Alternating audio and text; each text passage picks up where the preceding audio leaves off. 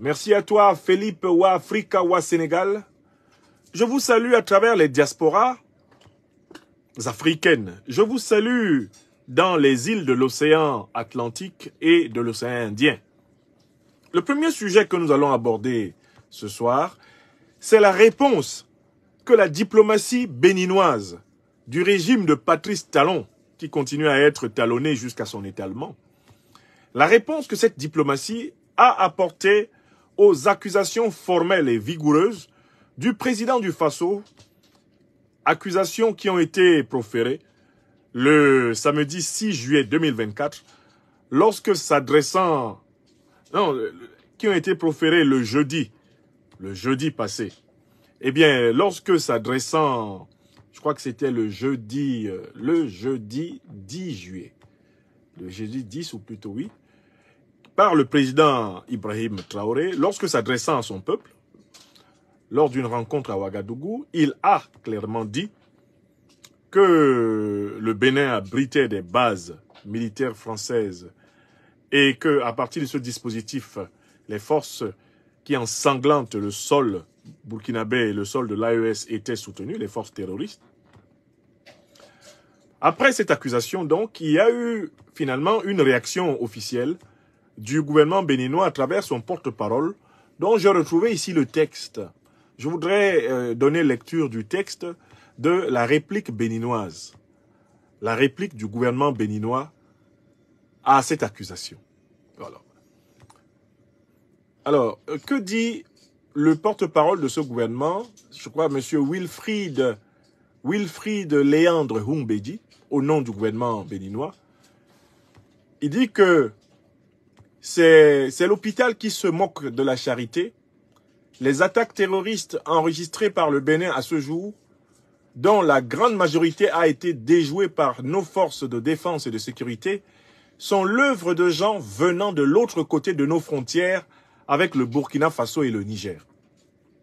C'est d'ailleurs ce qui a amené le gouvernement du Bénin, dans sa stratégie pour contrer le phénomène, à construire, pour compter de 2022, de petits camps militaires appelés bases opérationnelles avancées dans plusieurs de nos communes frontalières.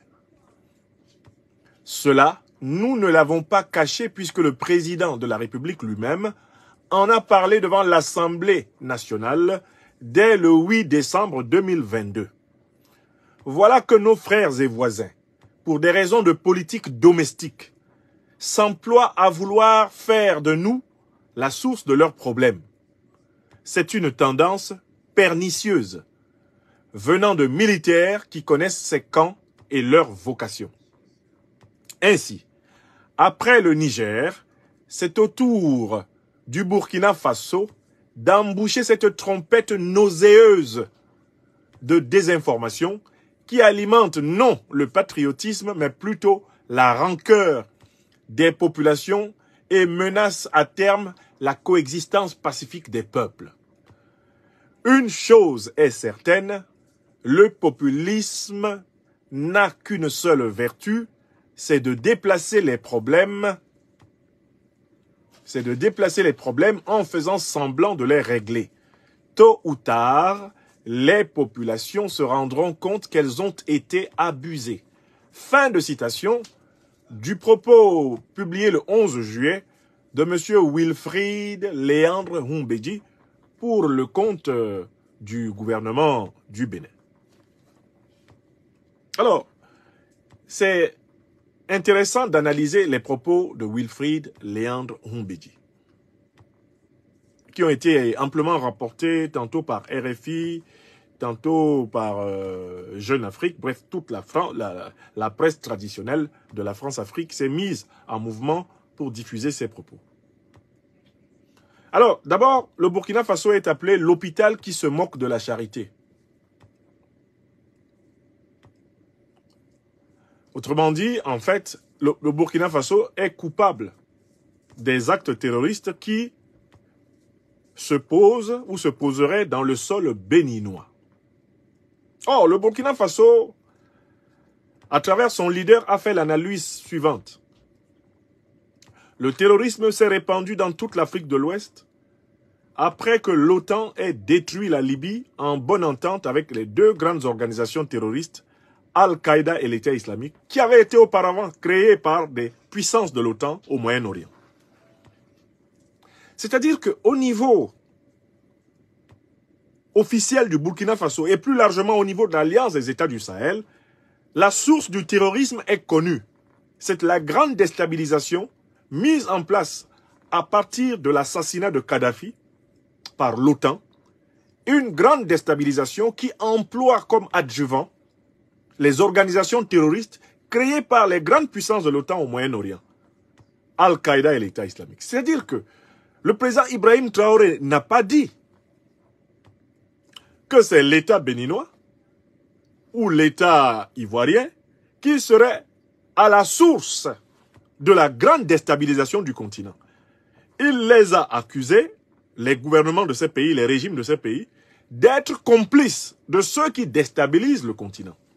Mieux, celui qui a écouté l'accusation du président Traoré se souviendra qu'il a procédé à une autocritique de la diplomatie, de la politique étrangère du Burkina Faso, en disant que, croyant ainsi protéger le Burkina Faso en son temps, les régimes précédents, notamment le régime du président Compaoré, avaient cru bon de faire ami-ami avec les chefs des organisations terroristes pour qu'ils n'attaquent pas le Burkina Faso, pendant que ces organisations terroristes attaquaient les autres pays voisins. Et que, depuis que lui, il est arrivé au pouvoir, après Damiba, il a décidé de ne pas poursuivre cette politique qui, d'une manière ou d'une autre, avait été suivie par tous les successeurs au président Compaoré. Les successeurs au président Compaoré n'ont jamais eu le courage de trancher clairement la question de la séparation avec les organisations terroristes et avec leurs parrains de l'OTAN, qui les ont fait venir, justement, en 2011 pour tuer Kadhafi et envahir le Sahel. Autrement dit, dans la position du président Ibrahim Traoré, il y a non seulement l'identification de l'origine de la déstabilisation du continent dans l'action de l'OTAN, identification de l'origine de la déstabilisation du continent dans l'action des deux organisations terroristes qui, aux côtés de l'OTAN, ont détruit la Libye et envahi le Sahel.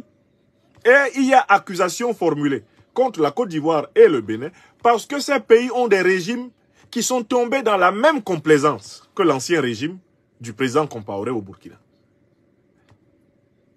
Ce n'est pas le Bénin de Talon qui a créé Al-Qaïda.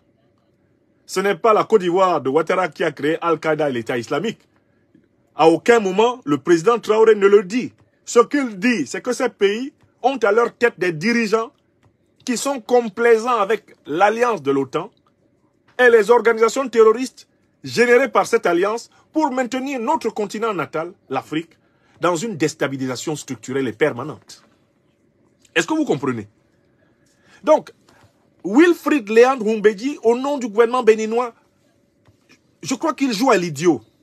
Je ne pense pas qu'il soit idiot, mais il joue à l'idiot.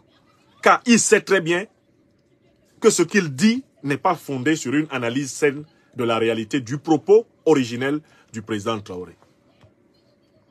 Les attaques terroristes, nous dit-il, enregistrées par le Bénin à ce jour, dont la grande majorité a été déjouée par nos forces de défense et de sécurité, sont l'œuvre de gens venant de l'autre côté de nos frontières, avec le Burkina et le Niger.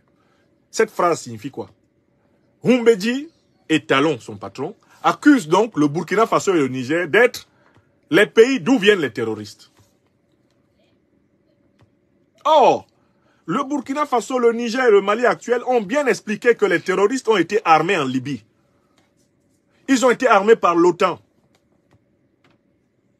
C'est l'OTAN qui a favorisé l'invasion du Sahel par les terroristes.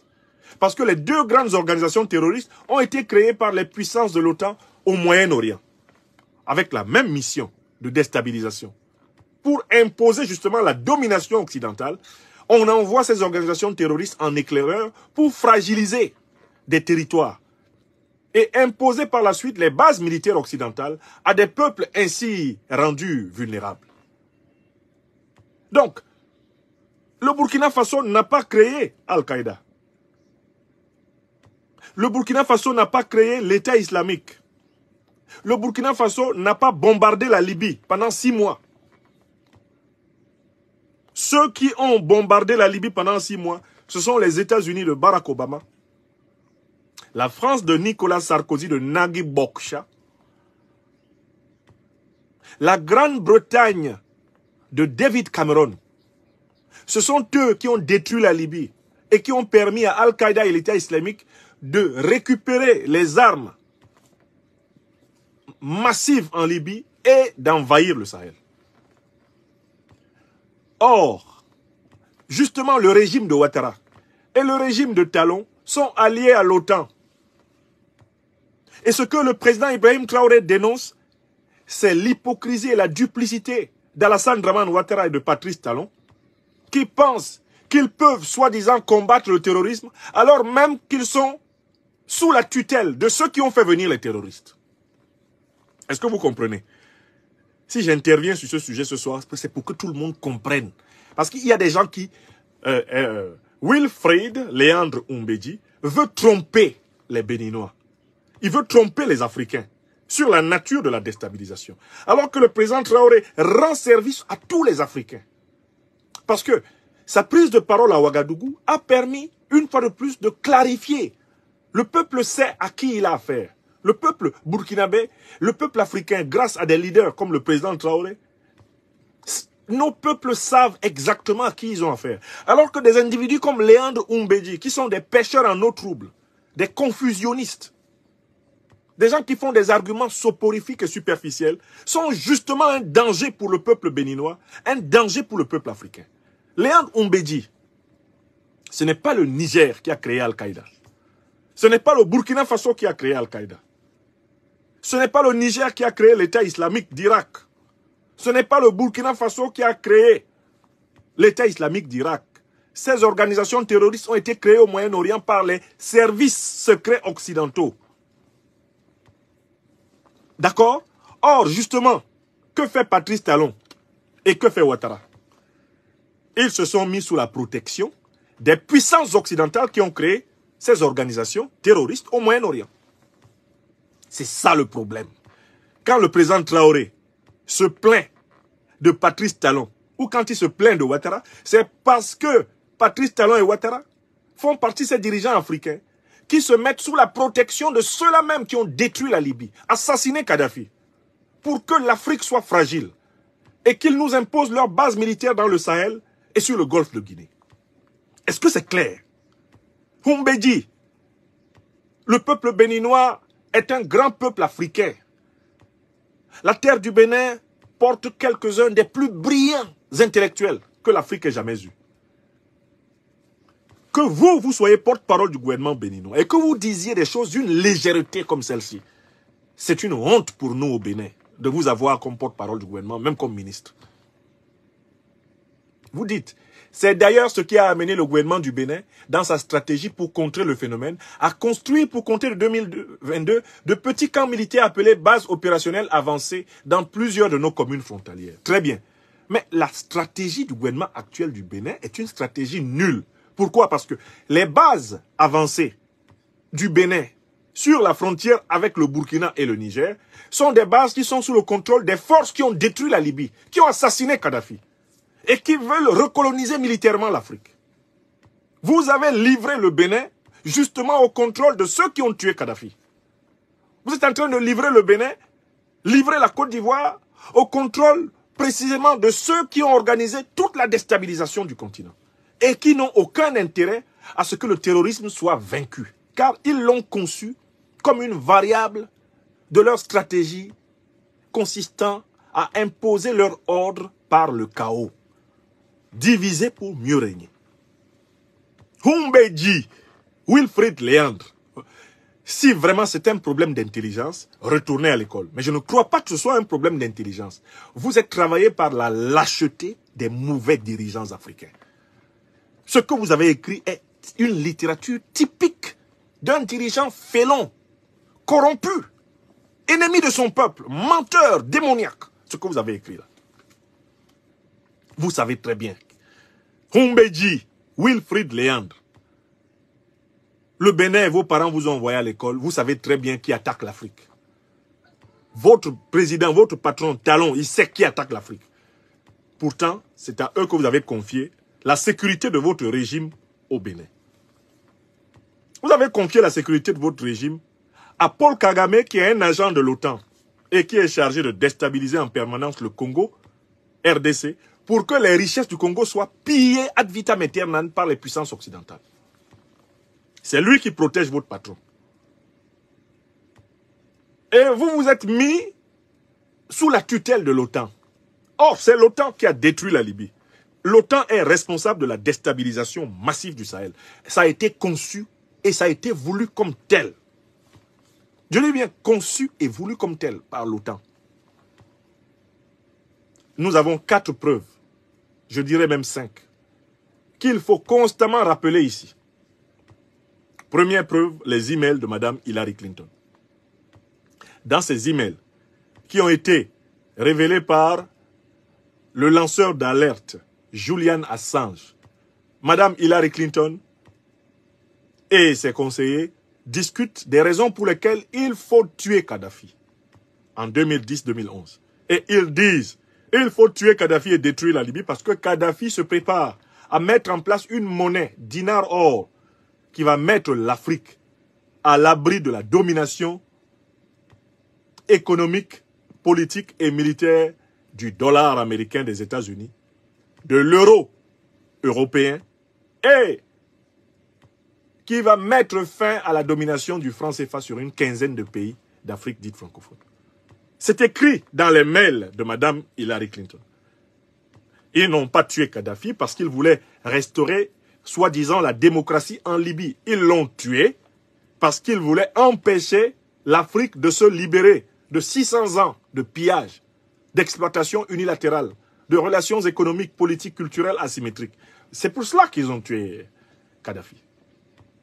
Et les preuves sont là. Deuxième preuve qu'il faut toujours citer pour que personne ne se laisse intimider par les menteurs et leurs associés. L'entretien Lavrov-Fabius.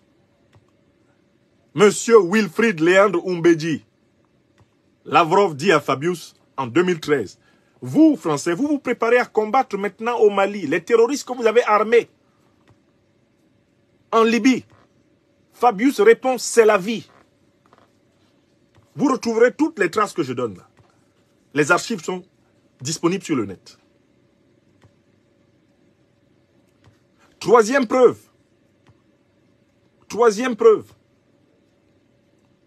La rencontre de Deauville. Le G7 est à Deauville. L'ancien président nigérien Mahamadou Issoufou y est aussi, en compagnie de son ministre des Affaires étrangères d'alors, un certain Mohamed Bazoum, qui devait finir par faire boum plus tard. Mahamadou Issoufou prévient Obama. On est en 2010-2011. Monsieur le Président, s'il vous plaît, ne détruisez pas la Libye, parce que si vous détruisez la Libye, vous allez déstabiliser toute l'Afrique. Je vous en supplie, Monsieur le Président. Don't destroy Libya. Don't destroy Libya. If you destroy Libya, you will destabilize all Africa. Obama répond publiquement à Mahamadou Issoufou, no, we will finish the job. On ira jusqu'au bout. C'est-à-dire que nous avons prévu de détruire la Libye parce que c'est important pour fragiliser l'Afrique et imposer notre présence militaire et ainsi contrôler l'or, l'uranium, le pétrole, le gaz, le manganèse, contrôler le lithium, le cobalt, l'aluminium, contrôler les richesses africaines jusqu'à la fin des temps. Dans le cadre de notre plan, on ira jusqu'au bout. Voilà la réponse. Et il y a une quatrième preuve. C'est l'aveu du président français actuel Emmanuel Macron. Aveu qu'il a formulé en juin 2017 dans Le Figaro. Nous, Français, dit-il, nous avons eu tort de faire la guerre contre la Libye, car il en a résulté partout des États sahéliens faillis et des groupes terroristes qui prospèrent. Fin de citation. Donc, il y a tellement de preuves de tout ça. Oumbeji, vous ne pouvez pas vous comporter comme si vous ne savez pas que ceux avec qui vous êtes associés maintenant au Bénin sont ceux-là même qui déstabilisent l'Afrique. Et c'est cela qui vous est reproché par le président du Faso. Il dit on ne peut pas faire en 2021 comme si on ne sait pas ce qui s'est passé depuis 2011. Rien qu'en prenant la séquence des 10 dernières années, on sait très bien que la lutte antiterroriste patinait au Mali, au Burkina, au Niger, parce que les gouvernants maliens, burkinabés et nigériens continuaient à copiner avec les puissances même qui ont organisé la déstabilisation. Vous ne pouvez pas combattre le terrorisme en vous faisant aider par les puissances qui ont permis au terrorisme de se répandre sur le continent. Et c'est ce que vous reproche le président Ibrahim Traoré. Il n'accuse pas délibérément le Bénin. Il n'accuse pas délibérément la Côte d'Ivoire.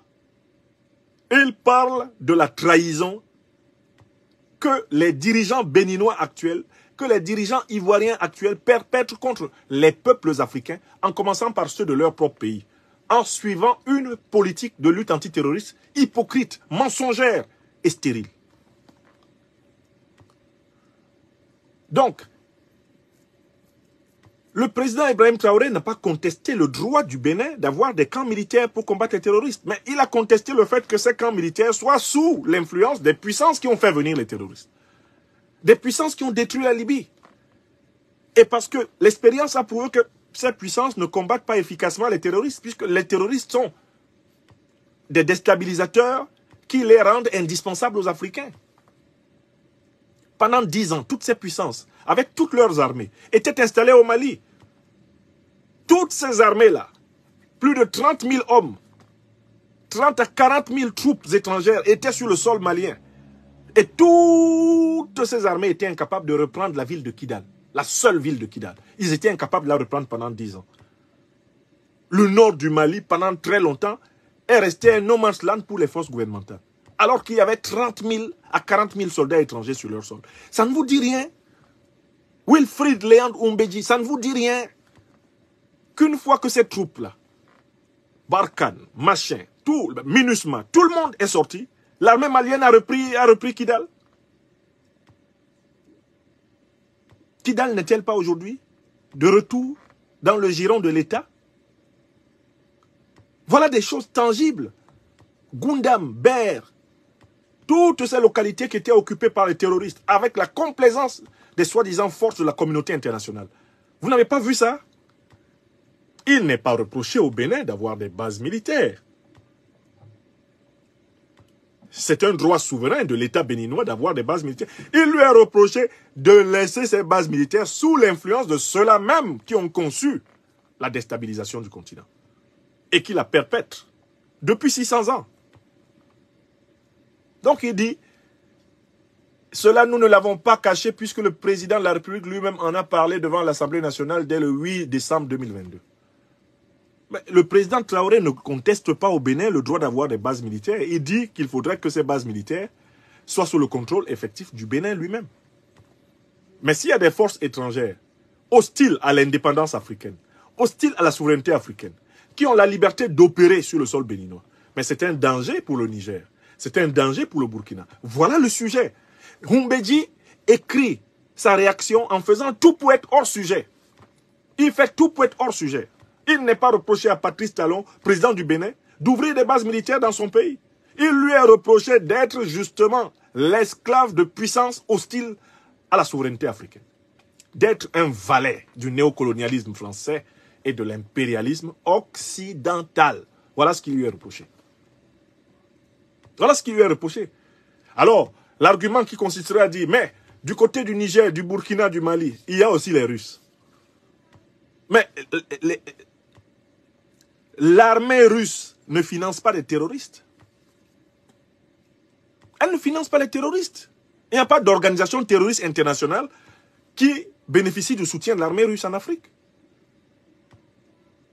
Là où il y a des armées russes qui coopèrent, c'est avec les armées gouvernementales et pour combattre les organisations terroristes.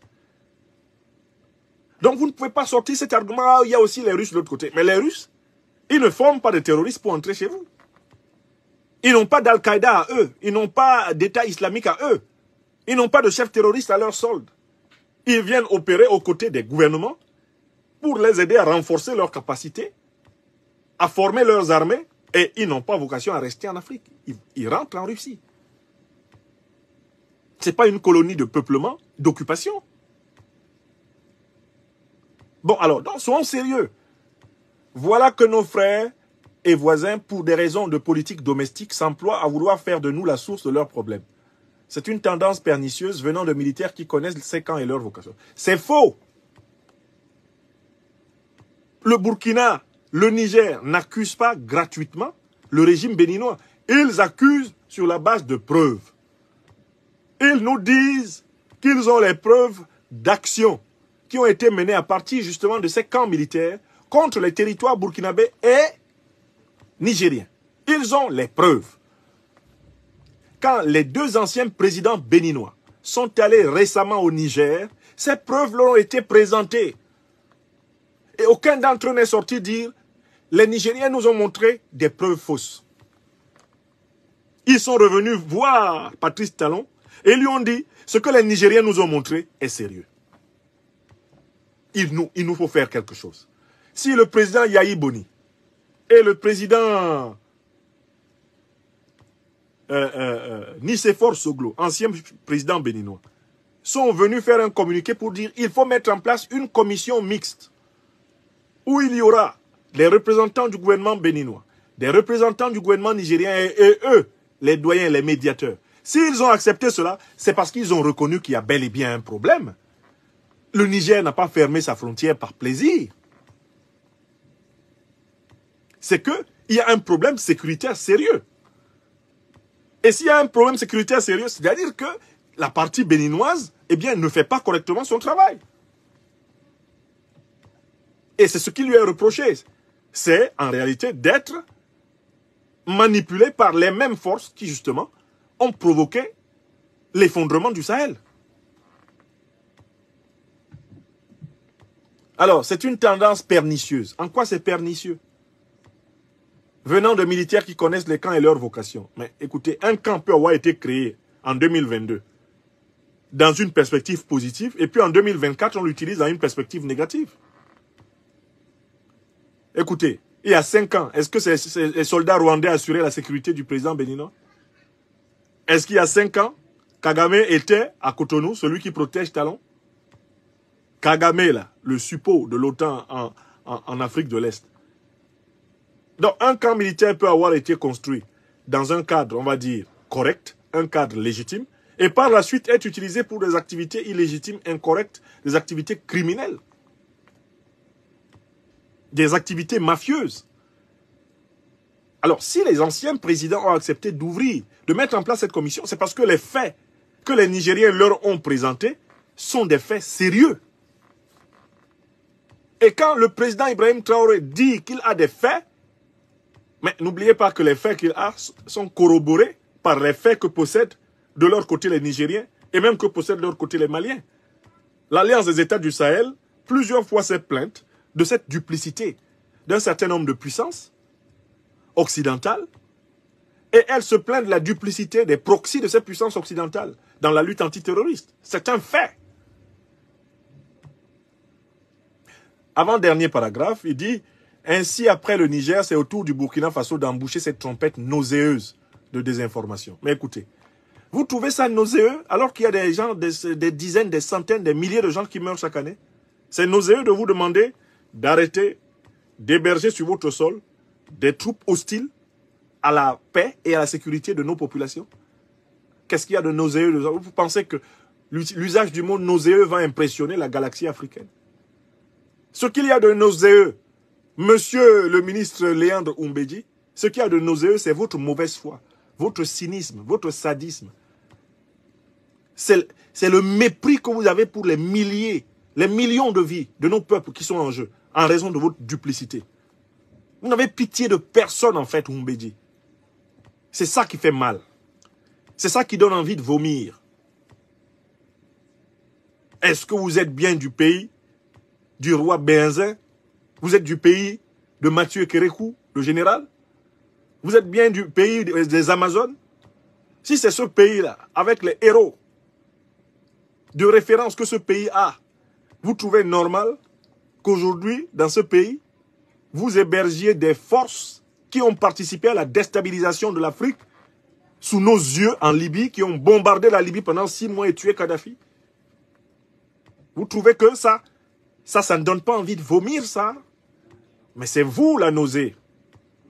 C'est vous la putréfaction, Wilfried Léandre Humbéji. La putréfaction des valeurs humaines est incarnée dans le scaphandre mensonger qui constitue ce communiqué que vous avez pondu. Je ne sais avec lesquels de vos neurones, probablement les plus usagés. Alors, il parle de désinformation. Quoi? Est-ce que c'est de la désinformation que de dire que c'est l'OTAN qui a détruit la Libye? Et qu'à la tête de l'OTAN, il y a les États-Unis d'Amérique, il y a la France, il y a la Grande-Bretagne. C'est de la désinformation que de dire que le Sahel a volé en éclats après que l'OTAN ait bombardé et détruit la Libye. C'est un fait historique ou pas? C'est de la désinformation de dire que Al-Qaïda a été créé par les renseignements généraux américains au Moyen-Orient. Mais ce sont des faits scientifiques, monsieur Humbéji. Et ils sont documentés dans la presse d'investigation américaine. Moi, quand je dis quelque chose, c'est que la presse d'investigation, même officielle, a estampillé cela. Aucun milieu scientifique sérieux, géostratégique sérieux en Europe, aux États-Unis et même en Asie, n'ignore qu'Al-Qaïda et l'État islamique sont des émanations des renseignements généraux occidentaux. Aucun milieu de politologues, de géostratèges, de géopoliticiens, d'historiens de l'actualité contemporaine, aucun milieu ne peut ignorer cela. Et vous, Wilfried Léandre Humbéji, vous le savez. Vous savez très bien d'où viennent ces terroristes. Vous savez qui les finance et pourquoi. Vous le savez. Vous écrivez ça pour tromper qui? Enfin, donc, il dit que le Niger et le Burkina Faso veulent nuire à la coexistence pacifique des peuples. Mais c'est très grave comme propos. Dans son intervention, le président du Faso a insisté sur la distinction qu'il fait entre les dirigeants corrompus, vendus, néocolonisés, les nègres de maison, les esclaves de salon et les peuples. Quand il a parlé du Bénin, il a dit « Nous n'avons rien contre le peuple béninois, mais la politique étrangère que mènent les dirigeants actuels du Bénin, c'est cela que nous critiquons. » Quand il a parlé de la Côte d'Ivoire, il a dit la même chose. Nous n'avons rien contre le peuple ivoirien, mais c'est la politique menée par les dirigeants ivoiriens que nous dénonçons. Et nous le disons tous les jours ici, nous qui critiquons le néocolonialisme français. Mais nous n'avons rien contre le peuple français. On ne peut pas en vouloir à un peuple. On ne peut pas en vouloir à un peuple, ça n'a aucun sens. C'est la mauvaise politique étrangère de la France en Afrique que nous critiquons. Nous n'avons rien contre le peuple français, il a le droit à l'existence, ce peuple, comme tout autre peuple. Et ce serait stupide d'en vouloir à un peuple. À ce moment-là, vous n'avez plus de légitimité pour critiquer quoi que ce soit si vous pensez que les autres ne doivent tout simplement pas exister. On ne s'attaque pas à un peuple. Il n'y a aucun fondement moral, politique pour dire je m'attaque à un peuple. On s'attaque à une politique. On dénonce une injustice, une inégalité, une spoliation. On s'attaque à ça. Et le président Traoré, à aucun moment, n'a donné prise à la haine entre les peuples. Mieux, dans son allocution de Ouagadougou, Ibrahim Traoré a été le défenseur des peuples africains contre les vassaux, les valets de l'impérialisme occidental, que sont justement Ouattara et Talon. Voilà la vérité. Si on consulte en âme et conscience le peuple béninois aujourd'hui, et qu'on essaie de savoir, dans l'affaire qu'il oppose au Niger, qui oppose le régime béninois au régime nigérien, le régime béninois au régime burkinabé, est-ce que les dirigeants nigériens et burkinabés aiment moins les peuples africains que les dirigeants ivoiriens et béninois actuels? Si on pose cette question au peuple béninois, sans aucun doute, le peuple béninois reconnaîtra que Ibrahim Traoré, Abdourahmane Tiani aime plus le peuple africain en général que Talon Patrice et Ouattara Draman. À une élection continentale, Talon Patrice ou Ouattara Draman ne peuvent pas battre Tiani, ne peuvent pas battre Assimi Goïta, ne peuvent pas battre Traoré. Si on fait une élection continentale, c'est-à-dire qu'on rassemble les populations de tous les pays, de ces gens-là, Talon ne peut pas gagner. Et pourquoi il ne peut pas gagner? Parce que les peuples africains savent que c'est un vassal, que c'est un valet de l'Occident. Ouattara ne peut pas gagner. Pourquoi? Mais les Africains savent que c'est un valet, un vassal de l'Occident. Au moment où même les politiques français sont d'accord qu'il faut se débarrasser du franc CFA, lui, il défendait encore ça sur le perron de l'Élysée. C'est un personnage détesté et détestable pour des raisons légitimes par les Africains éveillés et conscients. Il veut maintenir une monnaie coloniale, néocoloniale, qui pompe les ressources africaines depuis pratiquement 70 ans. Vous vous rendez compte? Donc, accuser le président Ibrahim Traoré de populisme, accuser le président Tiani de populisme et vouloir dresser les populations béninoises contre le président Ibrahim Traoré du Burkina Faso, vouloir dresser les populations burkinabées contre le président Ibrahim Traoré du Burkina Faso, mais c'est justement cela la manœuvre des terroristes. C'est justement cela la manœuvre des néocolonialistes français. C'est cela la manœuvre des impérialistes occidentaux. Ils ont tout fait. Ils ont tenté d'utiliser les différences ethniques entre les Africains pour jeter les Africains les uns contre les autres pour qu'ils s'entretuent. Ça ne passe plus. Au Sahel, ça ne marche plus. On a voulu instrumentaliser les Touaregs. Ça n'a pas marché. On a voulu instrumentaliser les Peuls. Ça n'a pas marché. On a voulu instrumentaliser l'opposition entre les agriculteurs et les bergers. Ça n'a pas marché. On veut opposer les pêcheurs avec les planteurs. Ça ne marche pas. Bon, maintenant, on a cherché à opposer les musulmans aux chrétiens. Ça ne marche pas. On a cherché à opposer les musulmans sunnites aux musulmans chiites. Ça ne marche plus. Ils sont fatigués. On a cherché à opposer les États les uns aux autres. Les peuples sont mûrs et sont en train de dégommer les uns après les autres les vassaux. Les peuples africains veulent une grande puissance africaine, mais une puissance panafricaine. Et voilà pourquoi l'Afrique plébiscite l'Alliance des États du Sahel, plébiscite la Confédération des États du Sahel et salue la naissance progressive d'une grande puissance qui sera pour les Africains une fierté, un bouclier dans le 21e siècle. Vous parlez de quoi? Tôt ou tard, les populations se rendront compte qu'elles ont été abusées. Mais c'est ce que dit M. Humbedi pour le compte de Talon. Mais en fait, Patrice Talon, lui, il a constitué sa fortune dans les biens de l'État béninois. Est-ce qu'il n'y a pas un jour où on fera un audit des biens de Patrice Talon? Un audit de l'origine de ces milliards. Et vous pensez que les populations ne se rendront pas compte de la grande arnaque qui lui a permis de constituer sa fortune? Vous pensez cela? Vous pensez que ça ne va pas arriver au Bénin?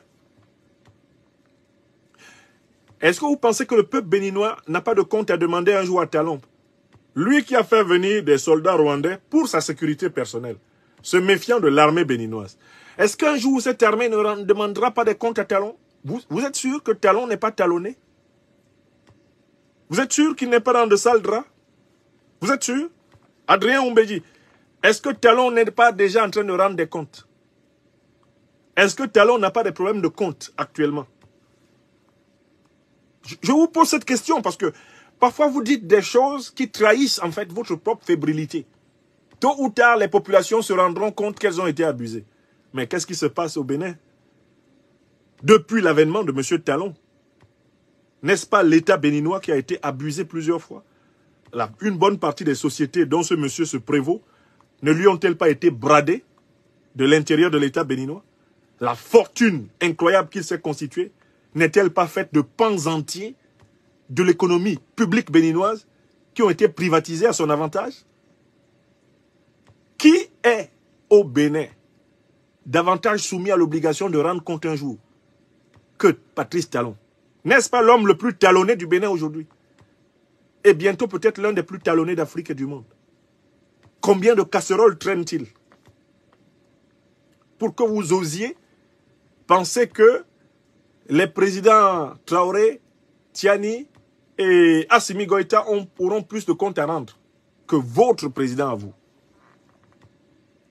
Donc je conclus, j'ai cherché un argument sérieux dans la déclaration d'Humbedi, Wilfried Léandre. Je n'ai rien trouvé. J'ai pesé, sous-pesé, retourné l'argument. De toutes les façons possibles, je n'ai rien trouvé. Et j'ai une dernière question à lui poser. Mais monsieur Oumbédi, est-ce le Burkina? Est-ce le Niger? Est-ce le Mali qui ont envoyé Patrice Talon se joindre à la CEDEAO pour déclarer la guerre contre le Niger? Parce qu'il n'y a aucune trace de cette faute grave de Talon dans votre communication. Qu'est-ce qui a envenimé les relations bénino-nigériennes? Qu'est-ce qui a envenimé, qu'est-ce qui a mené à l'implosion de la CEDEAO? Qu'est-ce qui a amené au retrait, le 28 janvier 2024, du Mali, du Burkina et du Niger, de la CEDEAO? N'est-ce pas l'action de votre patron qui, comme Ouattara, comme Tinubu, comme Embalo, comme Macky Sall, lui, sachant bien qu'il n'a pas les moyens de mener la guerre contre le Niger et qu'il n'est en réalité que le prête-nom du néocolonialisme français et de l'impérialisme occidental. Est-ce que ce sont les 3 pays de l'Alliance des États du Sahel qui ont envoyé Patrice Talon déclarer la guerre? On me dit, est-ce que quand vous vous asseyez devant votre patron, il vous arrive de lui dire, on est dans la merde par ta faute? Est-ce que vous savez que le Bénin est dans le pétrin par la faute de Patrice Talon? Son excès de zèle pour faire plaisir à ses maîtres colons vaut au Bénin une situation délicate aujourd'hui. Le port de Cotonou a plongé. Les populations qui vivent à la frontière nigéro-béninoise, de part et d'autre, traversent des difficultés terribles, en plus de l'insécurité qui s'est aggravée. Tout cela vient du comportement de Patrice Talon, déterminé à être un va-t-en-guerre, dans une guerre dont les profits pour l'essentiel vont à l'étranger. Une guerre contre l'Afrique, dont les profits pour l'essentiel sont supposés aller à l'étranger. Pourquoi vous n'en parlez pas dans votre communiqué? Pourquoi vous ne touchez pas le fond de l'abcès? Talon au service d'une guerre contre l'Afrique. Est-ce que cet abcès a été crevé? Est-ce que Patrice Talon a mesuré la gravité de l'acte qu'il a posé? Quand il a prétendu qu'au nom de la soi-disant démocratie, lui, il entrerait avec des troupes béninoises à Niamey. Alors que le Bénin a été dirigé pendant des décennies par un homme qui avait pris le pouvoir par coup d'État. Un grand patriote cependant, le général Mathieu Kérékou. Mais tout le temps que Kérékou était président, lors de sa première mandature, la CEDEAO n'existait-elle pas? Le Niger a-t-il déclaré la guerre au Bénin parce qu'au Bénin, il y avait quelqu'un qui avait pris le pouvoir par coup d'État? Pour que ça commence de la part du Niger contre le Bénin, y a-t-il seulement un seul cas où le Niger déclare la guerre contre un pays parce qu'il doit y restaurer un président soi-disant démocratiquement élu? Pourquoi fallait-il que Talon fasse cela? Que Ouattara fasse cela? Que Tinubu fasse cela? Pourquoi? Si vous étiez un compagnon sérieux du président Talon, vous feriez acte de repentance. Vous donneriez tous les gages. Vous accepteriez la proposition des présidents Yahi Boni et Nicéphore Soglo de mettre en place cette commission mixte.